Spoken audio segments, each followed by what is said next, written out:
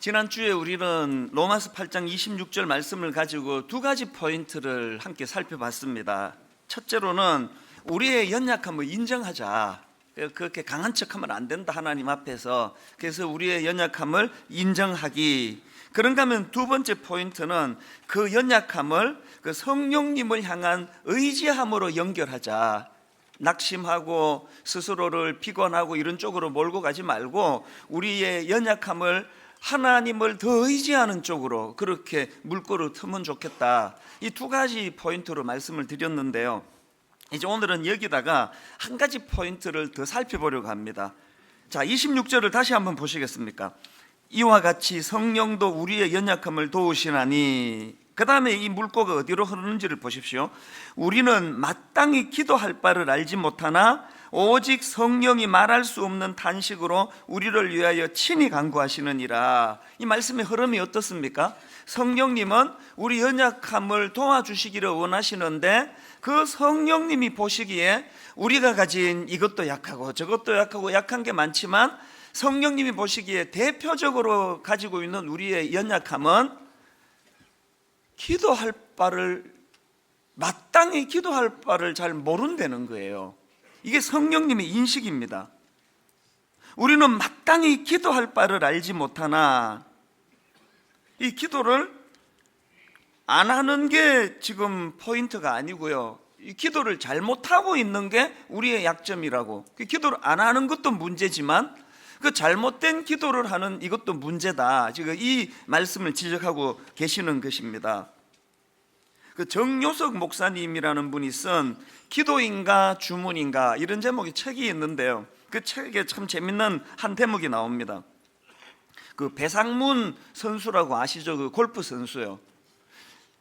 2013년도 미국 PGA 투어 챔피언십에서 우승을 한 선수인데요, 이제 이 선수가 우승하기 2년 전에 이제 그 미국 PGA 투어 자격 시험이라는 게 있는데요, 거기에 이제 합격을 한 거예요. 그래서 어느 언론하고 이제 인터뷰를 하는데 이렇게 말했습니다. 엄마의 기도빨 덕분에 합격한 것이라고 봅니다. 그래서 이제 그 배상문 선수 어머니가 크리스찬이구나, 크리스찬인데 중에도 기도에 열심인 크리스찬이구나, 이제 그런 생각을 했는데요, 이제 2년 뒤에 그 선수가 PGA 투어에서 이제 첫 승을 거두고 나서 그 어머니가 인터뷰한 내용을 보니까 이런 인터뷰를 한 겁니다. 부처님이 기도를 들어주셨네요. 그저 고마울 따름입니다. 이렇게 인터뷰를 하시더래요.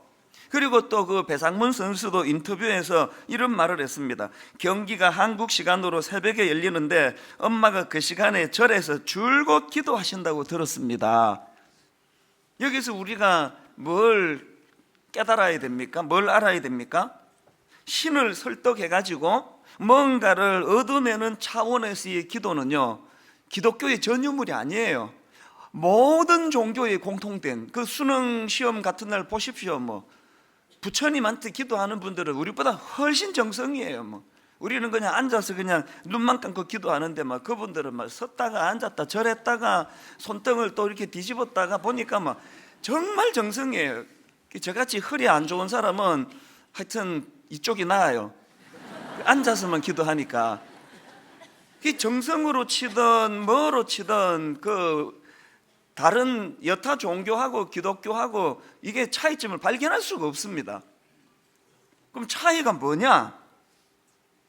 여러분이 무속 신앙인들을 가만히 보면은 여기 점 보러 가는 사람들, 이분들에게서 나타나는 공통된 특징이 뭐냐 하면은요, 이런 무속 신앙의 기도의 강력한 특징은요, 그 초점이 오직 자기 자신에게 맞춰져 있다는 특징이에요. 그래서 무당이 인격적인지 아닌지 이런 건 거의 관심이 없습니다. 용하나 용하지 않나. 무속 신앙인들이 드리는 기도의 결정적인 특징은 그 기도의 초점이 자기 자신에게 있기 때문에 그 기도를 응답하시는 대상인 상대방, 그 신에 대해서는 관심이 없습니다. 여러분 그 드라마 같은 거 보면은 이런 대사를 가끔씩 듣지 않습니까? 하나님이시여, 부처님이시여, 알라신이시여, 누구든 좋으니 내 기도 좀 응답해 주세요. 이런 이야기의 강조점이 뭐예요? 그 초점은 기도 응답해 주시는 상대방 신이 아니라 자기 자신이에요. 자기 자신. 우리가 지금 하나님 앞에 드리는 기도가, 왜 지금 열심히 지금 기도하고 있는데 성령님은 네한테 제일 약한 게 뭔지 아니? 너는 마땅히 기도할 바를 잘 모른다. 왜 이런 말씀을 하시는가? 에릭 바저허프라는 분이 쓴 책 중에서 가장 잘못 사용된 성경 구절, 이런 제목의 책이 있는데요, 그 책에 보면은 이제 우리가 기도할 때 마무리로 예수님 이름으로 기도합니다 이렇게 마무리하지 않습니까? 이게 지금은 거의 막 습관적으로 막 주문 외듯이 그렇게 기도 끝을 알리는 어떤 신호로 밖에는 사용이 안 되는데요, 사실은 이 기도가 진짜 중요한 의미가 있다는 거예요. 예수님께서 요한복음 14장 14절에서 하신 말씀 기억하십니까? 내 이름으로 무엇이든지 내게 구하면 내가 행하리라. 지금 여기에 기도 응답에 대해서 말씀하시면서 그냥 기도하면 응답된다가 아니라 내 이름으로 구하면, 내 이름으로. 이게 지금 뭘 의미할까요? 우리 주님은 내 기도 속에 개입하기를 원하신다는 거예요. 개입하기를. 그래서 우리가 예수님 이름으로 기도합니다라고 고백할 때마다 뭘 떠올려야 돼요? 내가 드린 이 기도에 응답을 이끌어내시는 분도 하나님이시지만 이 기도가 가능하도록 돕는 분도 하나님이시라는 사실을 고백하는 거예요. 그래서 장로님이 대표 기도할 때 이제 맨 마지막에 예수님 이름으로 기도합니다 하면 모두가 다 아멘 할 때 그 기도가 다 이루어질 줄로 믿습니다라는 고백도 포함돼야 되지만 그것만 갖고는 안 됩니다. 방금 이 마무리 기도할 때 예수님 이름으로 기도합니다 했기 때문에 아버지, 저 장로님의 기도가 저 장로님의 개인적인 생각, 개인적인 욕심, 저 장로님이 개인적인 뜻으로 구한 게 아니라 거기에 예수님의 뜻이 개입된 기도, 예수님이 기뻐하시는 기도, 예수님께서 개입하신 기도가 되기를 원합니다. 아멘. 그 마음이 담겨져 있어야 된다는 거예요. 그래서 기도인가 주문인가라는 그 책에 보면은 이런 내용이 나옵니다. 이런 기록을 한번 들어보세요. 기도를 이익의 방도로 삼아서는 안 됩니다. 기도는 철저히 하나님의 뜻에 맞게 간구해야 됩니다. 그리고 그 다음에 요 한마디가 마음에 꽂히는데요, 기도할수록 자족하는 자가 되어야 합니다. 불교 신자인 배상문 선수 어머니가 기도하면서 자족할 수 있는 답은 딱 하나예요. 그 아들 PGA 투어 우승했다, 이 소식이 들릴 때에만 그 기도의 자족이 이루어지는 거예요. 그러나 우리는 그 응답이 되기 전에 자족할 수 있는 이유가 뭘까요? 우리의 관심은 기도의 주인 되신 하나님에게 있기 때문에 기도하면 하나님을 깊이 알아가고 깊이 알아가다 보니 하나님의 뜻을 분별할 수 있으니 응답 여부와 관계없이 자족이 이루어지는 거예요. 이게 바로 지난주 그 바울의 기도, 고린도후서 12장 9절에서 가시를 제거해달라는 바울의 기도의 내용 아닙니까? 다시 한번 보시겠습니까? 나에게 이르시기를 내 은혜가 네게 족하다, 이는 내 능력이 약한 데서 온전하여짐이라 하신지라. 그러므로 도리어 크게 기뻐함으로. 뭘 크게 기뻐했다고요? 응답 안 된 걸 도리어 기뻐했다는 거예요. 이게 무속인들이 구하는 기도와 우리가 하나님께 드리는 기도의 차이라는 겁니다. 그래서 오늘 이 부분에 대해서 좀 살펴보려고 하는데요, 자, 이제 좀 더 구체적으로 우리가 마땅히 기도할 바를 알지 못하는 이유가 뭐냐, 이걸 한 몇 가지로 이제 정리를 해봤습니다. 첫째로요, 여러분, 우리가 마땅히 기도할 바를 왜 알지 못하는가? 그것은요, 기도의 대상이신 하나님에 대해 잘 알지 못하기 때문이에요. 더 정확하게 말씀드리면 기도의 대상이신 하나님에 대해 관심이 없기 때문입니다. 그저 우리 기도가 나 자신에게만 초점이 맞추어져 있는 그 주문과 하나도 다를 바 없는, 그 모든 기도의 관심은 응답됐나 응답 안 됐나. 오늘 우리가 이 기도의 대상이신 하나님께 관심을 가진 기도를 드리고 있느냐, 이런 면에서 저는 엘리야가 참 존경스럽습니다. 열왕기상 18장에서 지금 엘리야가 목숨을 걸고 바알과 아세라 선지자들과 대결을 벌이지 않습니까? 이게 뭐 그냥 뭐 응답되면 다행이고 안 되면 할 수 없고 이런 차원이 아니에요. 지금 이거는 목숨을 담보로 싸우는 대결이에요. 그 절박한 상황에서 그냥 어지간한 사람 같으면 뭐 저도 그랬을 것 같아요. 하나님 나 살고 싶다고 목숨만 살려달라고 꼭 응답해 주시라고 그렇게 기도할 것 같은데 엘리야는 어떻게 기도했는지 아십니까? 엘리야의 그 절박한 기도 가운데 제일 첫 번째 기도가 이겁니다. 열왕기상 18장 36절 저녁 소제 드릴 때에 이르러 선지자 엘리야가 나아가서 말하되 아브라함과 이삭과 이스라엘 하는 여호와여, 그 다음 기도 들어보세요. 주께서 이스라엘 중에서 하나님이신 것과 내가 주의 종인 것과 내가 주의 말씀대로 이 모든 일을 행하는 것을 오늘 알게 하옵소서. 지금 여러분 목숨이 달려있는 그 절박한 상황에서 나 좀 살려달라는 기도가 아니라 하나님을 알게 하옵소서라는 기도를 드리는 엘리야의 기도를 보면서 저는 목사로서 양심의 가책을 느껴요. 지금 제 목회의 관심은 어디에 있는지, 오늘 예배 드리는 여러분의 관심은 어디에 있는지, 그렇게 열심히 새벽에 금요일날 수요 예배 나와서 기도하시는 여러분의 초점은 어디에 있는지 깊이 돌아보셔야 된다는 거예요. 엘리야가 지금 상황적으로 지금 850대 1이에요. 그 절박한 상황에서도 그가 기도하기를 주께서 이스라엘 중에서 하나님이신 것을 드러내게 해달라는 이런 기도를 드렸다는 것. 제가 그 에베소서 1장에 보니까요, 바울도 거의 같은 패턴이에요. 바울이 지금 기도를 하는데 제일 먼저 드린 기도가 뭐냐? 에베소서 1장 17절 우리 주 예수 그리스도의 하나님 영광의 아버지께서 지혜와 계시의 영을 너희에게 주사 하나님을 알게 하시고, 그토록 바울이 지혜와 계시의 성령을 구한 거는 용한 어떤 목사가 되는 점쟁이 같은 목사가 되기 위해서가 아니고 하나님을 알기를 원해요. 하나님을 알게 하시고. 그래서 오늘 아침에 이 말씀을 묵상하다가 보니까 문득 무슨 생각이 드느냐 하니까요, 야, 이런 기도를 받으실 때 하나님 진짜 기쁘셨겠다. 제가 담임 목사가 돼 보니까요, 그 일 잘하는 교역자도 참 이뻐요. 그 뭐 부서를 하나 맡겨놨는데 그 잡음이 들리지 않고 그렇게 척척 잘 해내면은 그 참 이뻐요. 근데 더 이쁜 교역자는 어떤 교역자인지 아세요? 뭐 일 좀 잘하고 못하고가 아니라 자꾸 심정을 통하는 교역자가 이뻐요. 고민이 있으면 그 고민을 나누고, 아픔이 있으면 아픔을 나누고. 근데 어떤 교역자는 참 이상한 교역자, 일도 잘하고 그러는데 저 사람은 나를 뭐 로봇으로 생각하는지 전혀 그 속내를 안 보이는 사람은요, 그런 사람은요 있을 때는 고마운데요, 딱 나가고 나면 뇌리에서 잊혀지더라고요. 인간관계도 그런 거 아닙니까? 하나님은 어떤 자녀를 이뻐하실까요? 막 흠도 티도 없고 결점도 없는 그런 자녀 아니에요. 하나님은 심정을 통하는 자녀. 아프면 아픈 대로. 시편에 보면은 하나님 찬양만 있는 거 아니잖아요. 막 희노애락이 막 다 나오잖아요. 심지어는 하나님은요, 하나님 앞에 있는 그대로 막 원망을 쏟아놓는 그 자식을 더 이뻐하세요. 왜? 쏟아놔야 설명해 줄 수 있는 거 아닙니까? 여러분, 우리가 하나님을 알기를 원하십니까?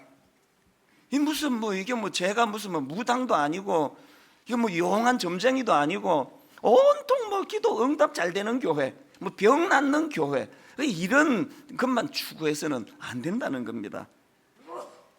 기도의 대상이신 하나님을 사랑하고 그분을 알아가려고 애쓰는 저와 여러분 되시기를 바랍니다. 그런가 하면은 두 번째로 우리가 마땅히 기도할 바를 알지 못하는 이유가 뭐냐? 하나님 뜻을 모르기 때문이에요. 인격자이신 하나님 자체를 관심이 없는데 그분의 뜻을 어떻게 알겠냐고요. 오늘 본문도 가만히 한번 보세요. 26절 이와 같이 성령도 우리의 연약함을 도우시나니. 이게 뭘 돕느냐? 여러분 원어로 보면은요, 여기 나오는 그 도우시나니 할 때 이 돕는다라는 단어는 그 붙잡아주고 지탱해주는 손을 강조하는 단어예요. 그래서 더글러스 무라는 신학자는 그 책에서 여기 나오는 도우신한 일을 이렇게 설명합니다. 합세하여 돕다, 짐을 함께 지다라는 뜻을 함축한 그런 뜻이다. 뭘로 의미할까요? 성령님이 합세해서 우리 연약함에 의해 부과된 짐을 도우신다는 게 뭘 의미합니까? 여기에 하나님의 뜻이 뭐라고 생각하십니까? 하나님은요, 우리를 응석바지 마마보이로 키우기로 하지 않으세요. 결국은 하나님은 우리에게 힘을 북돋아 주시고 용기를 북돋아 주심으로 내가 너 손잡아 주고 있다는 사실을 인지하게 하심으로 결국은 주저앉아 있던 자리에서 우리가 일어나 걸어가기를 원하시는데, 여러분 기도 녹음해서 들어보세요. 처음부터 끝까지 주님이 다 해 주시옵소서요. 다 해 주시옵소서. 나는 일어날 마음도 없고 뚜벅뚜벅 걸어갈 마음도 없으니 주님이 그냥 업고 가달라는 거 아닙니까? 하나님 뜻을 모르는 거예요.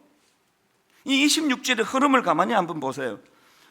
만약에 그런 방식이라면요, 성령님이 탄식할 이유가 하나도 없어요. 뭐하러 탄식하고 계십니까? 그냥 뻗떡 들어가시고 옮겨줘 버리면 되지.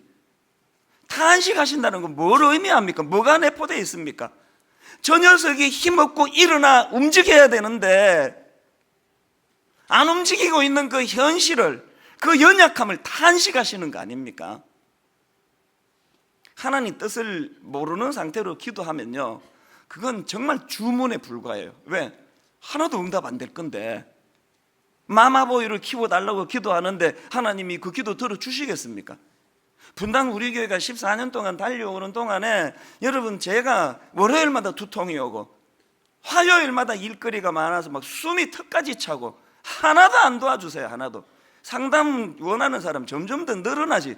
성령님이 그 상담하는 사람 나한테 다 보내라 안 그러세요. 제가 하기를 원하세요. 제가 그 일들을 감당하기를 원하신단 말입니다. 그 짐 자꾸 들어 달라고 그렇게 기도하면 그럼 너 조기 은퇴해라 그러시겠죠. 그건 또 싫거든요. 조기 은퇴하기 싫으면 어떻게 해야 됩니까? 하나님 다 해주세요가 아니라 하나님 주시는 힘으로 내가 일어나기를 원합니다. 내가 걸어가기 원합니다. 내가 달려가기 원합니다. 오늘도 힘겹게 내게 맡겨진 일 최선을 다해서 다 하겠습니다. 그게 하나님이 오늘 본문에서 말씀하시는 뜻이거든요. 주시옵소서, 주시옵소서. 그 마마보이 같은 기도는 더 이상 하시면 안 됩니다. 물론 연약하다 보니 뭐 그런 기도 이해는 하지만, 그렇기 때문에 우리가 이 마땅히 기도할 바를 알지 못하는 하나님 뜻을 모르는 인생이기 때문에 우리는 어떻게 해야 됩니까? 자꾸 하나님의 뜻을 구해야 돼요. 그래서 예수님이 주기도문, 기도를 가르치신 기도, 마태복음 6장 9절 10절에서 기도를 어떻게 가르치십니까? 그러므로 너희는 이렇게 기도하라. 어떻게 해요?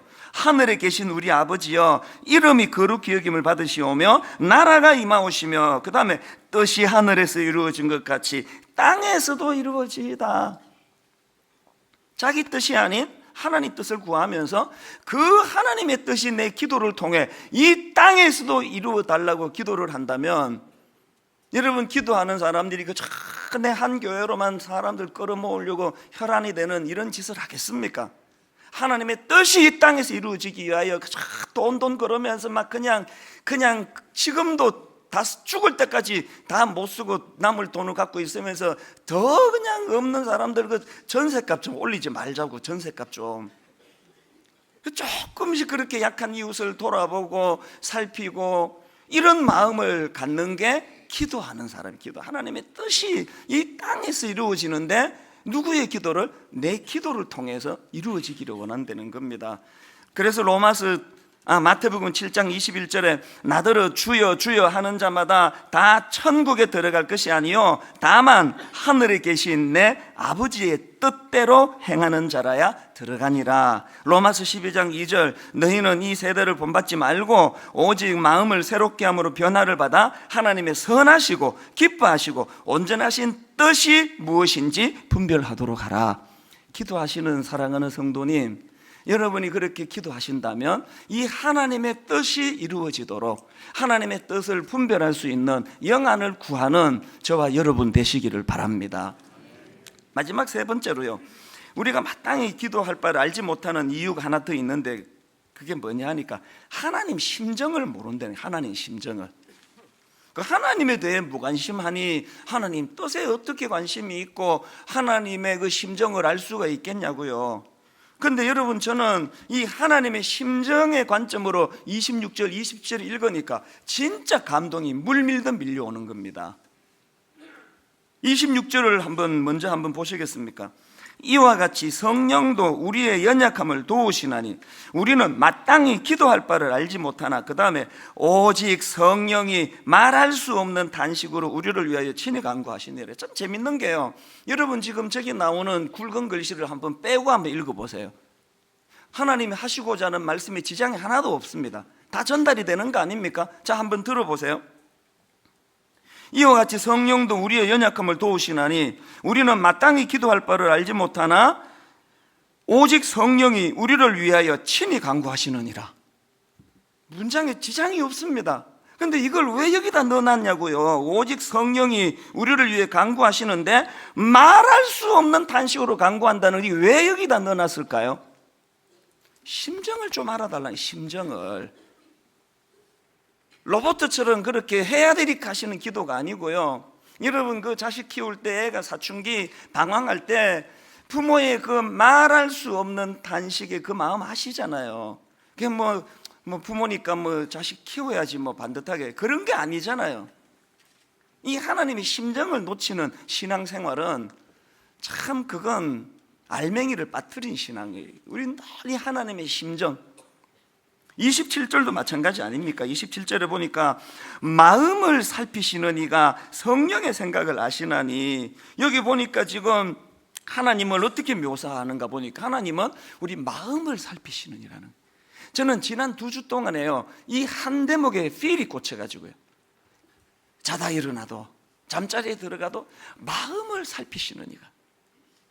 보통 성경에서 이런 표현은 심판을 의미합니다. 자, 로마서 2장 16절에도 곧 나의 복음에 이른 바와 같이 하나님이 예수 그리스도로 말미암아 사람들의 은밀한 것을 심판하시는 그날이라.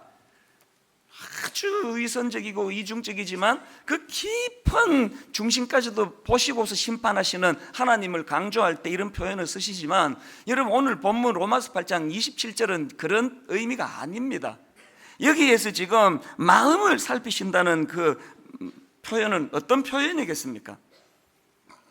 그렇게 약해서 맨날 상처나 받고 또 그러면서 자존심은 세가지고 전혀 상처도 안 받은 척하고 그냥 문제없는 척하고 앉아있지만, 하나님은 그 마음을 살피신다. 그 마음을, 그 약하디 약한, 그래서 상처받는 그 마음을 살피신다는. 제가 어느 책에 보니까요, 이 마음을 살피시느니 할 때 이 살피다라는 단어를 설명하기를, 이제 창고에 막 물건이 꽉 차 있는데 어두운데 어떤 사람이 물건 하나 찾으려고 횃불을 들고 막 샅샅이 뒤지고 있는 그 이미지라는 거예요. 그 이미지. 제가 그런 차원에서 이 마음을 살피시느니라는 표현을 보니까요, 딱 엘리야가 850명을 멋있게 영웅의 모습으로 무찌를 때도 우리 하나님은 그 상황을 기뻐 보셨습니다. 그러나 나중에 엘리야가 그 초기 우울증 같은 게 와가지고 살맛이 나지 않고 권력자 그 이세벨이라는 여자의 협박에 그냥 마음이 무너져가지고 로뎀나무 앞에 쓰러져 있을 때도 하나님은 마음을 살피고 계시는 거예요. 어떻게 알게 됐냐고요? 자, 열왕기상 19장 9절을 한번 보십시오. 엘리야가 그곳 굴에 들어가 거기서 머물더니 여호와의 말씀이 그에게 임하여 이르시되 엘리야야 네가 어찌하여 여기 있느냐. 엘리야가 로뎀나무, 그 사람도 없는 그 광야에 혼자 쓰러져 있는데도 하나님은 네가 어찌하여 여기 있느냐. 정확하게 엘리야를 알고 계시는 건 뭘 의미할까요?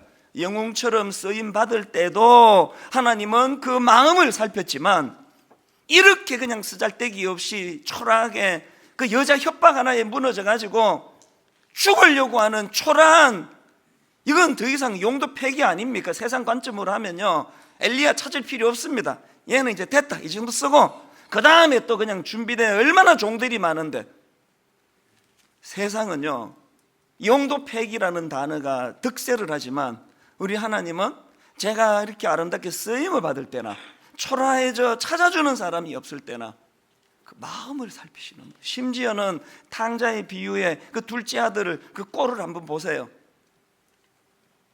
아버지 없이 돈만 있으면 잘 살 줄 알고 기세등등 해가지고 나갔는데 그 아버지 돼지 쥐엄 열매 먹고 사는 그 아들 보면서 꼴 좋다, 내 말한 그대로 됐다, 내가 이겼다 이러는 하나님이 아니에요. 아버지가 아니에요.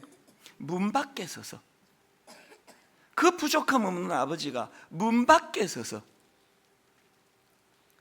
그 탕자가 자기 아버지에게로 돌아가가지고 회복의 역사가 일어난 건 탕자의 결단 때문이 아닙니다. 그 마음을 살피는 아버지의 성품을 그가 알았기 때문에. 여러분, 이 하나님의 마음을 아세요? 제가 최근에 그 책을 한 권, 신간을 또 하나 냈는데요. 아이덴티티, 예수 안에 있는 자. 굳이 이렇게 제목을 밝히는 그 마음을 아십니까? 보통 제가 이제 책 쓰는 패턴은요, 이제 2달 전에 이제 특별 새벽 부흥회를 했다. 그러면 따끈따끈할 때 말로 이제 옮겼던 걸 이제 글로 이거를 이제 바꾸어 가지고 그렇게 이제 보통 1-2달 전에 했던 설교를 책으로 내는 패턴이었는데요. 이번에 이 아이덴티티 이 책은요, 좀 패턴이 달라요. 옛날에 했던 책이에요. 에베소서 1장만 가지고 그 그리스도인의 아이덴티티를 좀 강조하고 싶어가지고 1장만 가지고 썼는데, 그러다가 보니까 전에는요 그 특세에서 다 기억이 나가지고 교정하기도 쉬웠는데요, 이거는 설교한 저도 잊었던 내용이에요.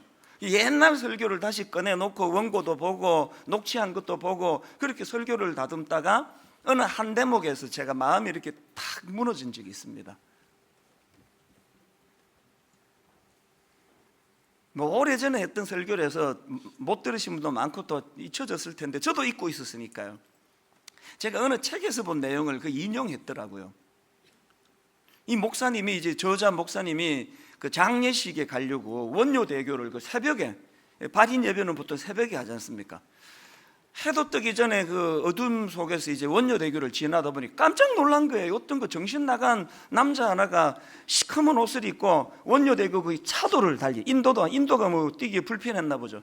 차도를 뛰고 있는데, 밤에 여러분 이 검정색 옷은 위험한 거 아시죠? 이게 식별이 잘 안 돼요.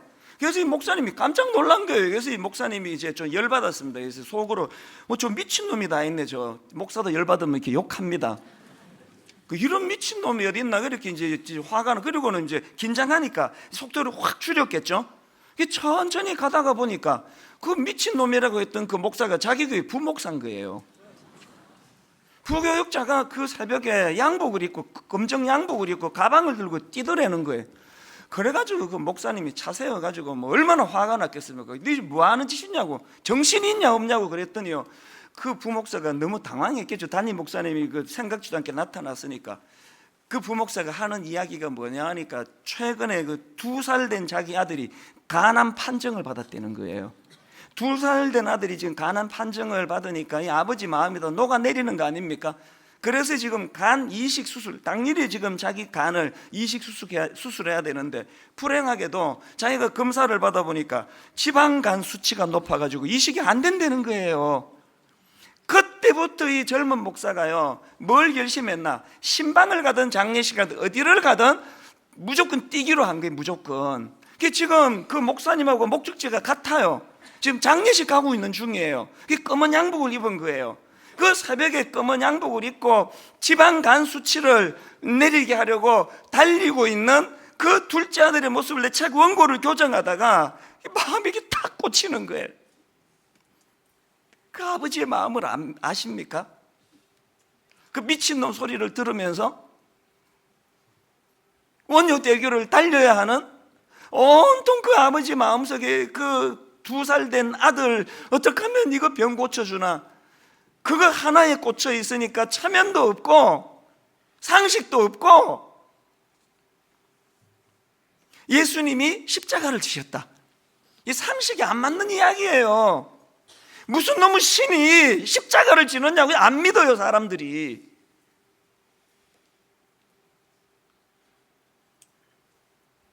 그날 제가 이 책을 원고를 교정을 하다가 뭐 책도 쓰고 교회도 커지고 뭐 유명해지고 여기저기 그냥 뭐 바쁘게 지금 설치고 다니는데 나한테 빠진 게 이 아버지의 심정 아닌가? 내가 이 아버지의 심정을 아는가? 로마서 5장 6절에서 우리가 아직 연약할 때에 기약대로 그리스도께서 경건하지 않은 자를 위하여 죽으셨도다. 여러분, 이 말씀의 의미를 아세요? 뭐 의심이나 드는 거 아닙니까? 이게 안 믿어진다고. 어떻게 이런 게 가능하냐고. 여러분, 오늘 본문 로마서 8장 26절에서 이와 같이 성령도 우리의 연약함을 도우시나니 우리는 마땅히 기도할 바를 알지 못하나 오직 성령이 말할 수 없는 탄식으로 우리를 위하여 친히 간구하시느냐. 이 성령님의 마음을 아세요? 그런가 하면 그 다음 27절에서 성부 하나님을 묘사하기를 마음을 살피시는 이가.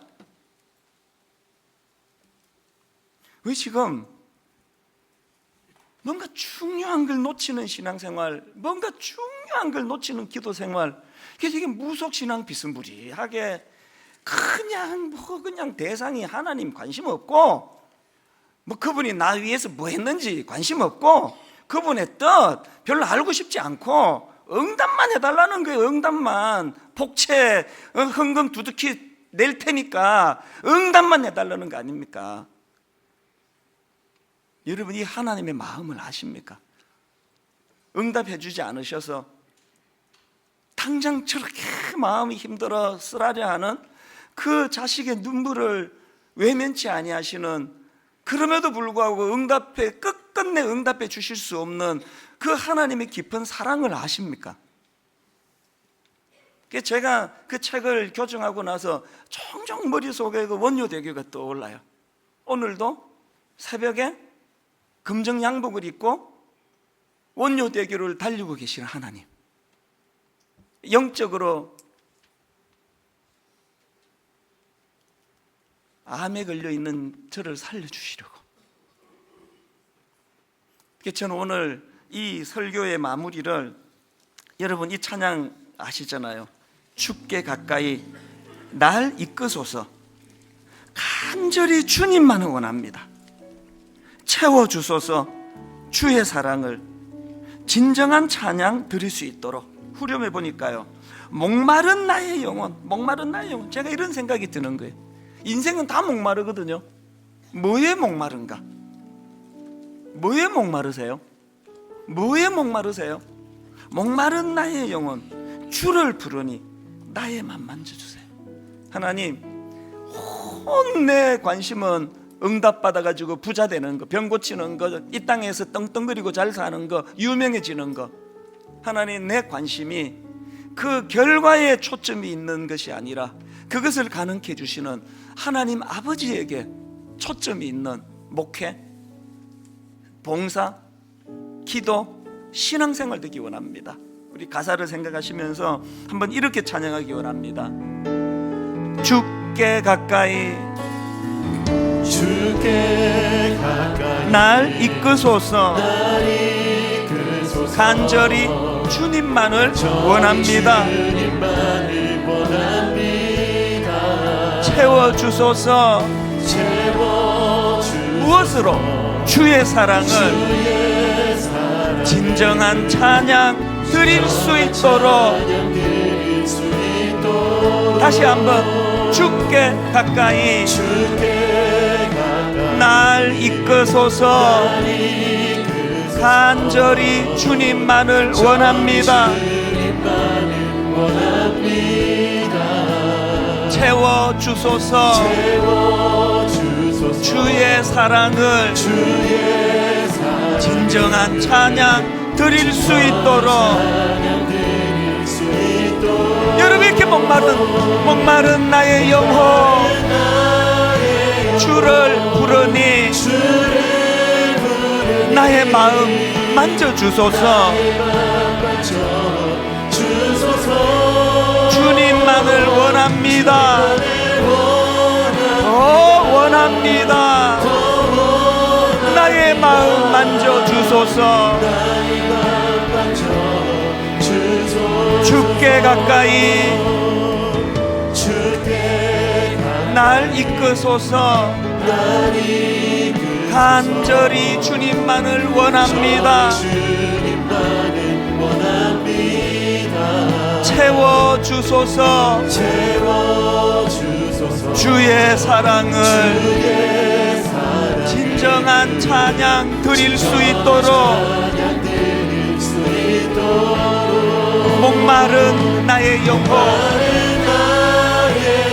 주를 부르니 나의 마음 만져주소서. 주님만을 원합니다. 더 원합니다. 나의 마음 만져주소서. 하나님 사랑의 눈으로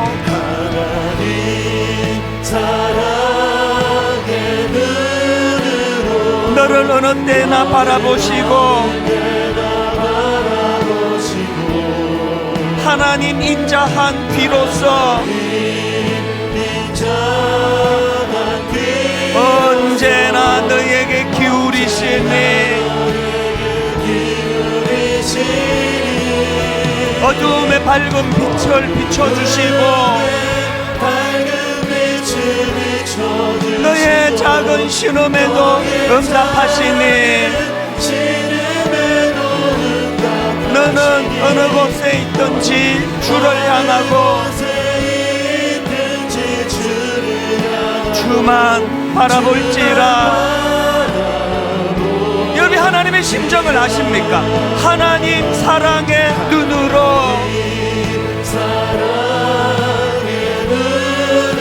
너를 어느 때나 바라보시고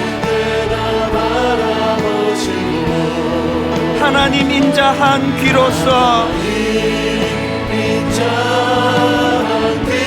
언제나 너에게 기울이시니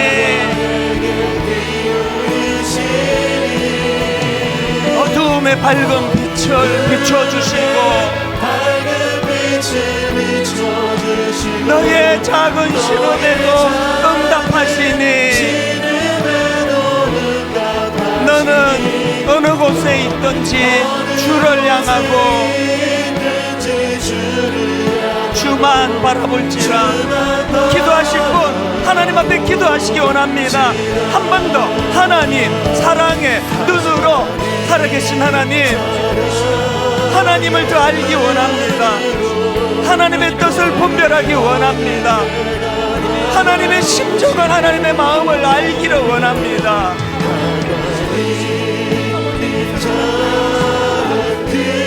언제나 너에게 기울이시니 우리가 고통당할 때 어두움의 밝은 빛을 비춰주시고 너의 작은 신음에도 응답하시니 너는 어느 곳에 있든지 주를 향하고 주만 바라볼지라. 우리 한 목소리로 같이 통성으로 기도하시겠습니다. 살아계신 하나님 아버지, 하나님 아버지, 하나님을 오신 사랑을 아버지의 뜻을 알기로 아버지 하나님을 연약하게 아버지 하나님 우승에서 지으신 살아계신 하나님, 우리는 아버지의 마음을 더 깊게 할 수 있기를 원합니다. 하나님, 아버지 하나님 우리 문제를 가지고 나아갈 때마다 아버지 하나님 마음에 더 깊이 경험할 수 있는 때를 아버지 만방에 알려주시고 마음을 살피시는 그 진정 앞에 우리의 마음을 주님 앞에 고백할 수 있는 아버지 그런 믿음을 주시고 우리의 마음을 주님 앞에 내어놓을 때 우리 마음을 살피시는 주의 마음을 경험하여 주시옵소서. 오 주님, 주님께서 이렇게 인도하시고 우리를 새롭게 하실 줄 믿습니다. 우리의 기도를 달라지게 하여 주시고 그들을 통해서 이곳이 주의 뜻을 발견하여 주시옵소서.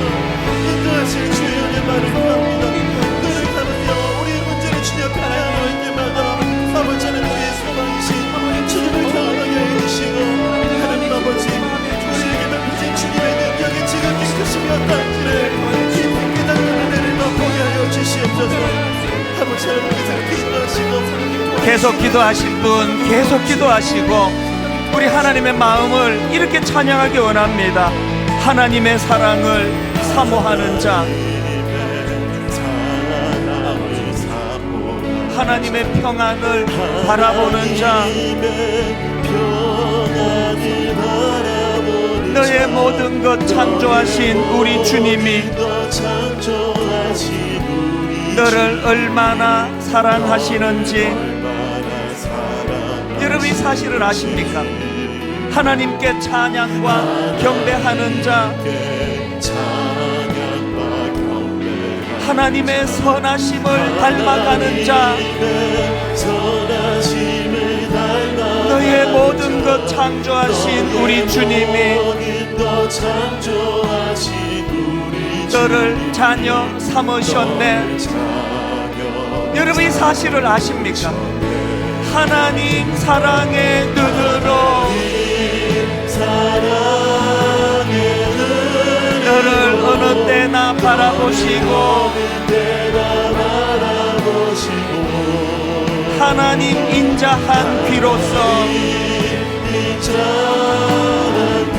언제나 너에게 기울이시니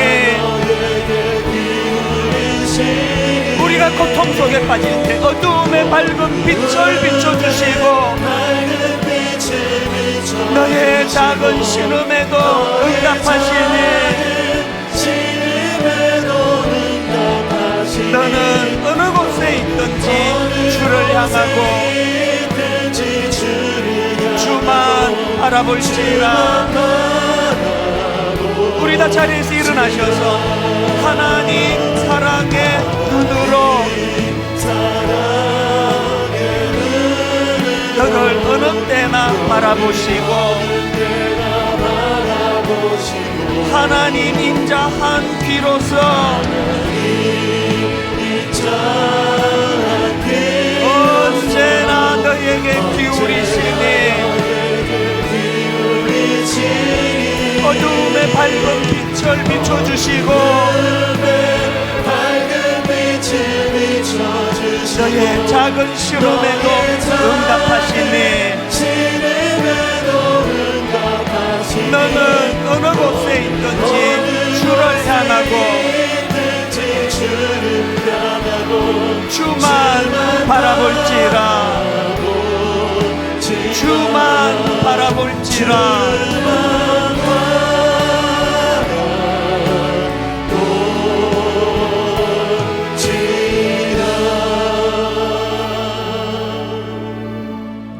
마음을 살피시는 이가 성령의 생각을 아시나니 이는 성령이 하나님의 뜻대로 성도를 위하여 간구하심이니라.